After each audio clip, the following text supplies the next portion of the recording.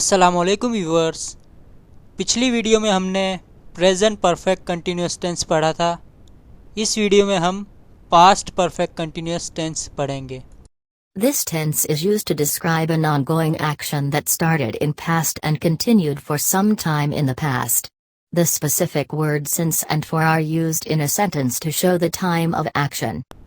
कोई भी काम जो माजी में शुरू हुआ हो और माजी में ही कुछ वक्त के लिए जारी हो, उसे बयान करने के लिए पास्ट परफेक्ट कंटिन्यूअस टेंस इस्तेमाल किया जाता है। इस टेंस में दो मखसूस अल्फाज सिंस और फॉर इस्तेमाल किए जाते हैं जो काम के वक्त को जाहिर करते हैं।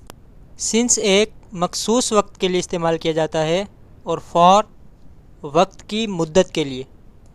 इसके सेंटेंसेस बनाते हैं। पहला सेंटेंस, उर्वा रात 9 बजे से सो रही थी। Urva had been sleeping since 9 PM। इस सेंटेंस में सब्जेक्ट के बाद हैड बीन यूज़ होगा और वही वर्ब की फोर्थ फॉर्म। यहाँ एक मखसूस वक्त इस्तेमाल किया गया है, रात 9 बजे 9 PM। तो जहाँ मखसूस वक्त का इस्तेमाल हो वहाँ सिंस यूज़ होगा। नेगेटिव कुछ यूँ होगा, उर्वा रात 9 बजे से नहीं सो रही थी।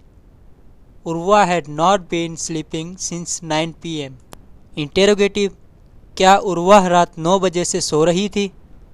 Had Urva been sleeping since 9 PM।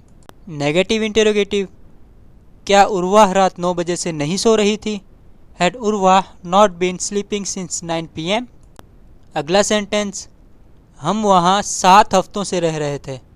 We had been living there for 7 weeks. यहाँ वक्त की मुद्दत बयान की गई है। जहाँ वक्त की मुद्दत बयान की जाए वहाँ फॉर यूज़ होता है। इसका नेगेटिव बनाते हैं, हम वहाँ 7 हफ्तों से नहीं रह रहे थे। We had not been living there for 7 weeks. Interrogative, क्या हम वहाँ 7 हफ्तों से रह रहे थे? Had we been living there for 7 weeks. Negative interrogative, क्या हम वहाँ 7 हफ्तों से नहीं रह रहे थे? Had we not been living there for 7 weeks. मज़ीद वीडियोज़ के लिए चैनल को सब्सक्राइब कीजिए। दुआओं में याद रखिएगा। अल्लाह हाफिज़।